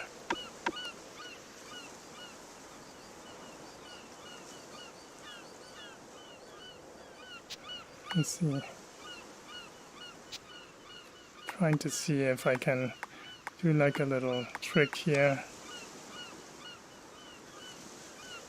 This could work. Let me see. You know, with Quill, a lot of times it's just an experiment, what I do. So I'm just gonna try to do something like this. And do something like this. And then just do this. Oops.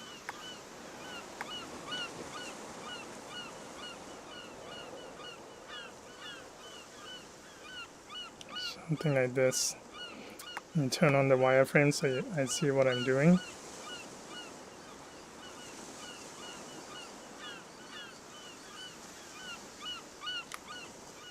Okay. And then I'm going to colorize this. This is basically the foam that arrives, right? So I'm just gonna randomize the thickness a little bit here. That looks pretty good. And then let's see if I can do like a 1 second loop. Maybe 2 seconds, 48 frames. Let's do 48 frames. And then I use the grab tool here.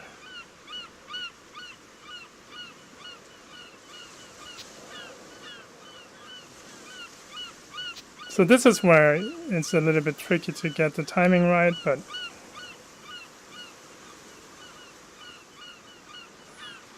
you know, I'm not gonna be too anal about this right now.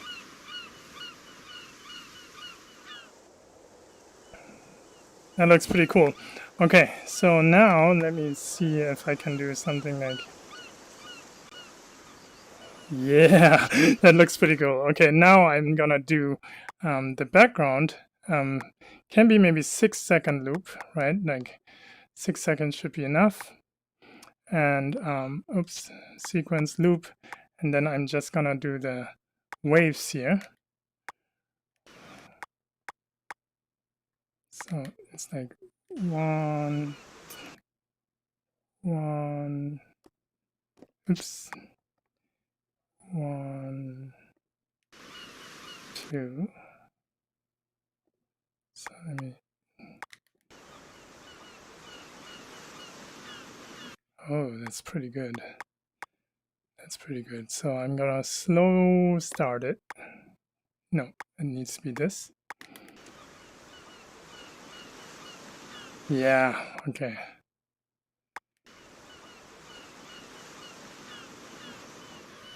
And then go further again.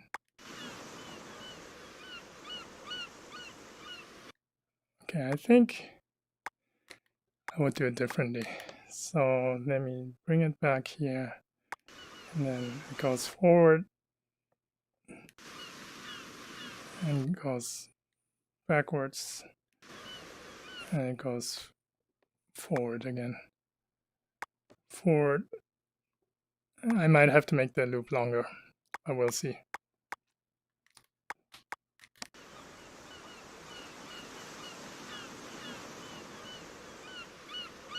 Yeah, I have to make the loop longer. So I go maybe like you know, how about 8?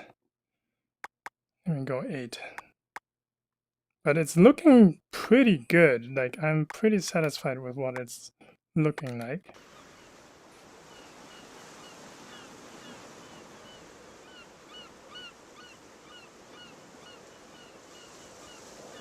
Yeah, that's pretty good. Let me just try something here. If this looks good too. If I do something like this. Let's see.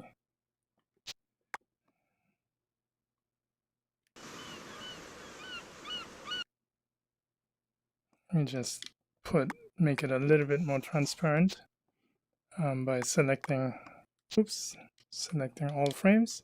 Colorize it a little bit. Colorize it. Just like, let me turn off the onion skin and just make it also a little bit thinner maybe, or thicker.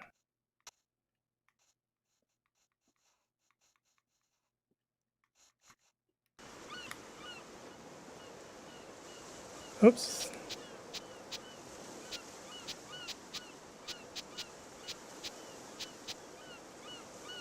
Yeah, let me do that again. I messed something up here. So I'm just gonna do this. And I'm just gonna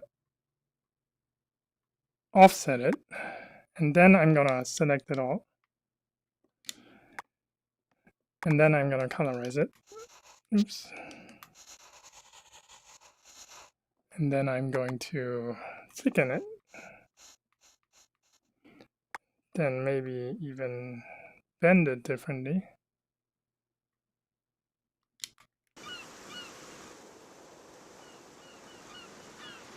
Yeah, that is actually not bad. I'm not gonna do like crazy crashing waves, but this is looking pretty good. Let's say like all of this stuff is like basically covering it. So I think what I can do is I create another wave layer here, and I'm gonna create some white caps. So for example, maybe 12 frames is enough here. Let me see.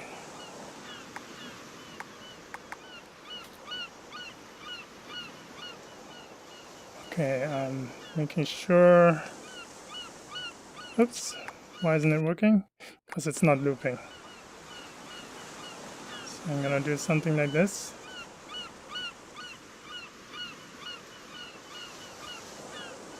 This is gonna be the ocean foam.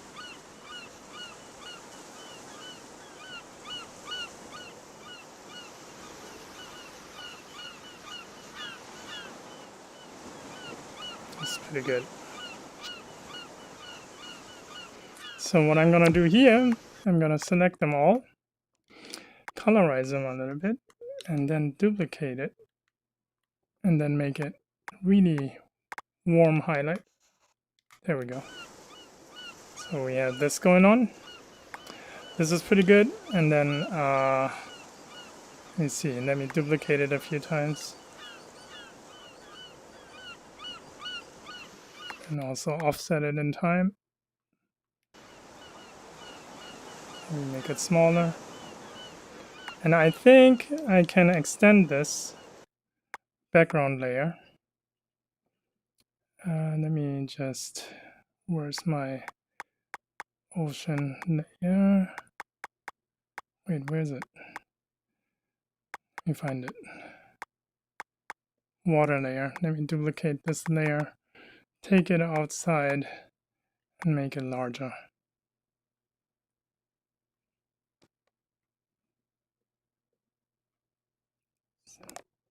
So it just goes into the horizon. Oops. And just match it here, match it here, match it,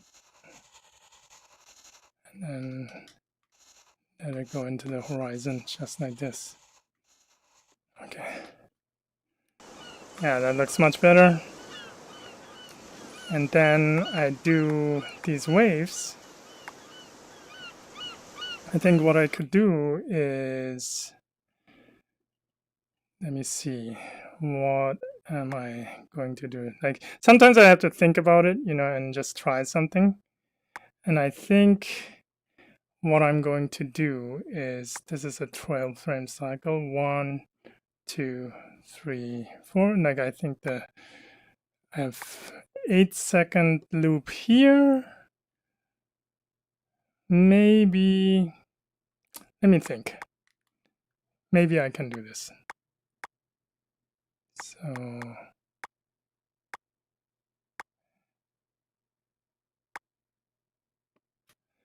let me think. Just thinking what would be the best thing. 8-second loops. So I want a loop that is 4 seconds long. Okay, good. Then what I'm gonna do is I'm gonna create. Yes. Okay. Sorry, guys. I'm just thinking out loud. I'm just gonna create a 4-second loop here. Half of 8, right? So I'm going to bake it. And now I have these waves baked. Now I'm going to optimize it so it's lightweight. And then I'm going to use the grab tool here and make the grab tool maximum, use the left hand trigger, use maximum strength. And then I'm just going to move this thing over 4 seconds, right? So it's like 1, 2, 3, 4.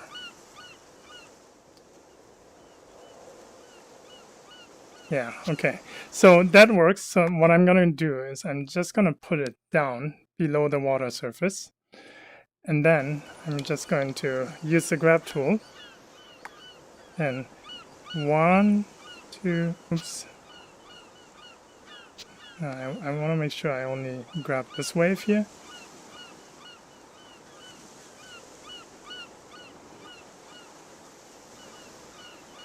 That's pretty good. And this surface here, let me just fix the large water surface. Where's the large water surface? Where is it? This one? Oh, there it is. Okay, let me move this one up a little. Good. Okay. So now the waves come and go. So I can do the same thing here. So this one.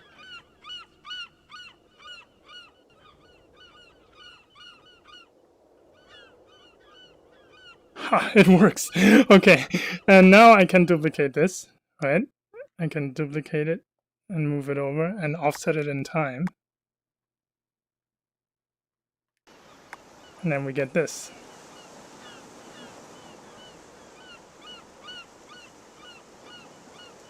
Pretty nice, huh? So this is pretty cool. Just offset it differently. That's pretty nice. Okay, so you can do like all kinds of stuff to create the illusion of waves. You know, maybe I make it a little bit bigger here. And let's see what that looks like. So of course I have to offset it as well.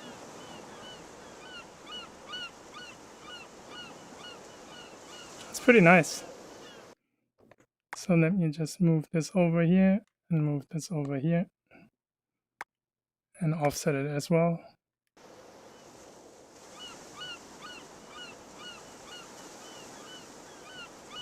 And maybe bring it down a little so it's not as on the surface.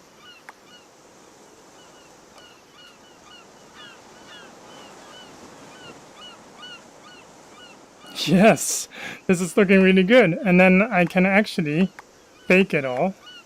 And not bake it all, like merge it all. So now it's on one layer, right? So this is looking really cool. And now, finally, I will just use the do the water close by. So maybe we do like a 1 second. 1 second cycle. And then I just do fake water. So I pick the color here. Use like a long brush. Oops.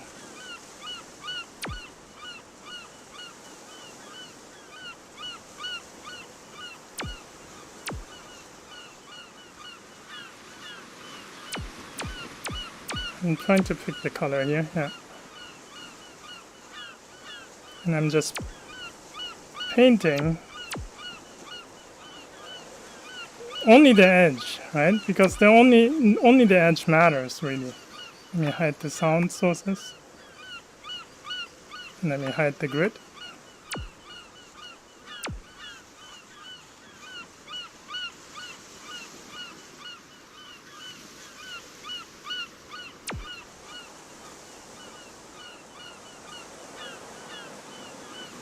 So only the edges matter. I'm gonna turn on the, so you guys can see what I'm doing.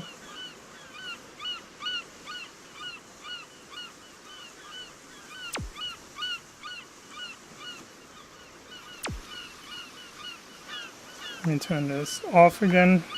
Maybe this one.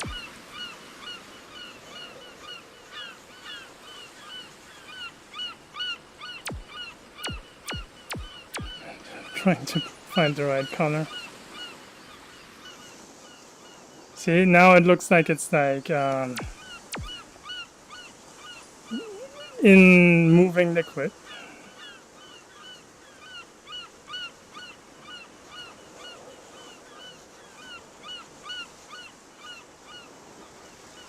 Maybe I can even add some texture here. You see? Yeah. A little bit of texture here. Just a little bit of just random anim brushes.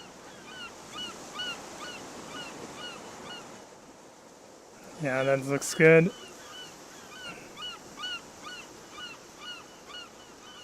Maybe something that shimmers here. I need the wireframe so I can see what I'm doing. Just like a little bits and highlights and see what that looks like. It's pretty cool. Okay, and now you can add like this a little bit brighter. Oops, I want a shorter brush strokes, like little foam where it just crashes against rocks.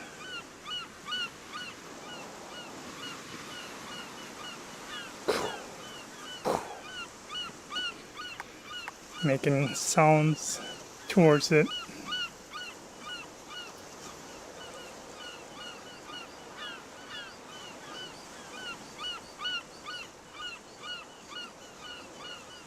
Just some foam crashing, and let me see what the time is. Oh, we're at the 2-hour mark.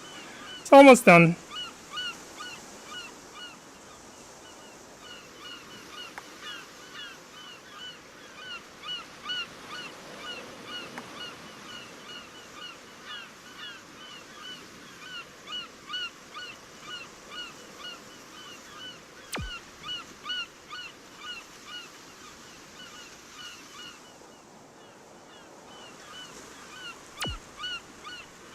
just refining the edges here.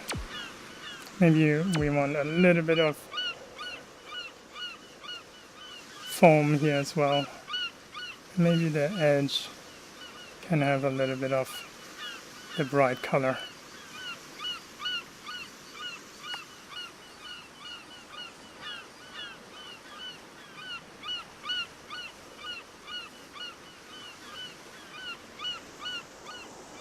Yeah, that's just looking good.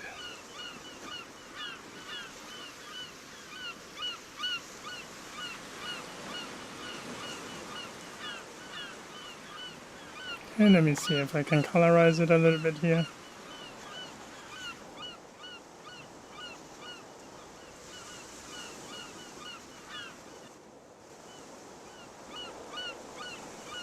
Looks like it's boiling a little bit, but let me see.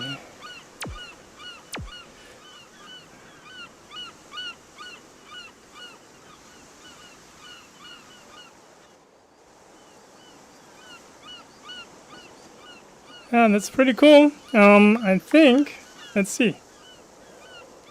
Now, lastly, what I could do is like set up a camera, right? And let me just shoot it real quick. So I'm gonna reset it, make it bigger. Where's the camera? There it is. Right, and then let me go to the monitor panel. This is what the camera is seeing. This is the monitor panel. And then let's move the camera back. And then maybe we want to Instagram it, right? So you can, actually it looks kind of nice in like 16 by 9. So I'm just gonna go ahead and go 16 by 9. And then maybe I will put another folder in here where I can change the camera tilt a little bit. And then I can slowly move the camera in. So what I'm gonna do is like I'm just in 4 seconds maybe I move the camera in.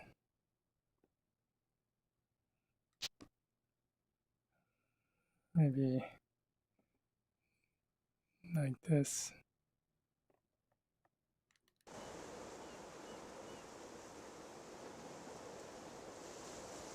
So let's see.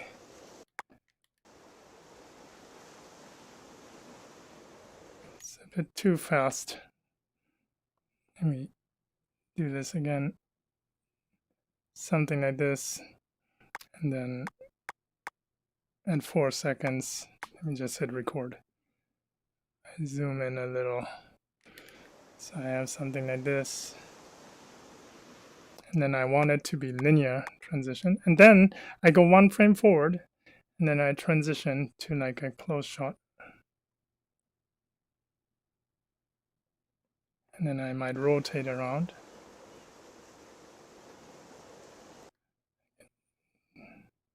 Like that.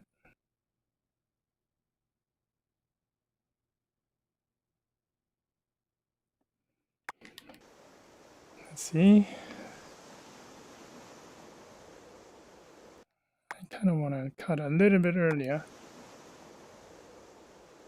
Yeah, so I get the movement of them. It's beautiful. And then I can do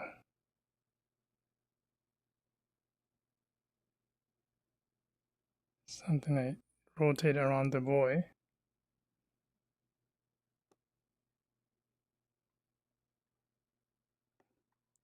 So let's see.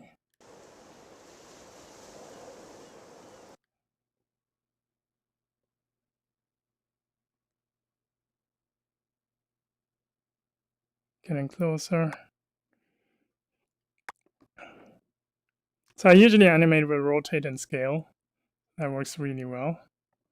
So then you get like dynamic camera angles with just 2 keyframes. So I'm gonna make sure to be a little bit closer already to them. That looks good. a little bit like this, maybe a little bit lower so we can see the dog.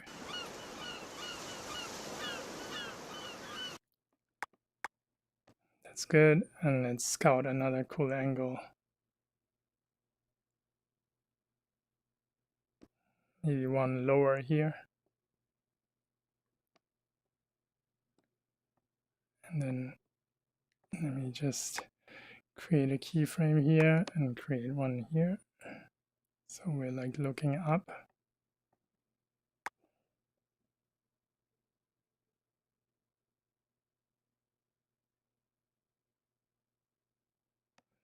And then we zoom out.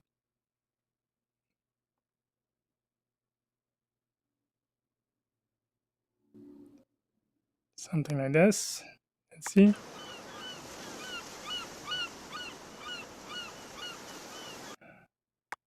And then maybe one more. So I'm just gonna set a keyframe here and then reset the transforms of this camera so I have it like perpendicular again, and then I might do one more shot over the shoulder or something. Let's see, I like the rocks in the foreground, so maybe something like this.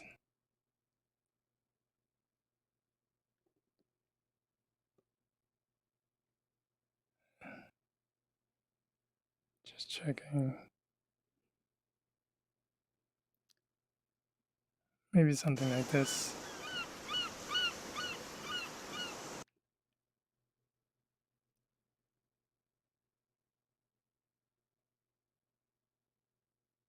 Let's see. That's nice. Okay, so now we can actually check what it looks like and how the audio will work. So I'm just gonna go to my capture and then preview it.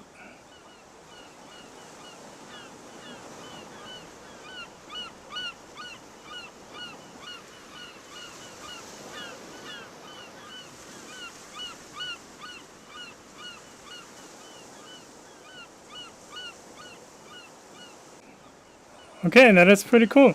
One last thing I want to do here. The transition needs to be, they need to be stepped, because otherwise in VR you will see the interpolation between the keyframes. So quickly you just make every transition here stepped, only the one where it just cuts, right? And then it will be clean. And let me see, it's still in the greens. I can actually share this to VR, so I'm gonna make sure to share this file with you guys, but also so you can see it in VR right away. But basically that's what it is, I would say. I got the, let me hide the cam. I got the morning light, beautiful morning light. I got the waves crashing. I got the clothes floating in the wind, just like that. The little ears of the dog, right? And then we have those seagulls over here. I like them. They fly pretty nicely, right? And then we have those nice rocks where you get like these really cool kind of angles. I feel like I'm standing right here now. Let me stand on this rock, look in life scale at this boy. Looks like a really nice cove here. We have the waves on the beach, and then when we zoom out we have like this beautiful back shot in the morning where he's basically relaxing and enjoying the morning wind. So that's it. I hope you enjoyed the live stream and you could learn something out of it. Color, lighting, motion, and design. And I enjoyed doing like a VR Patreon stream again after a long break. And hope you enjoyed it as much as I did. And see you next time. Bye guys.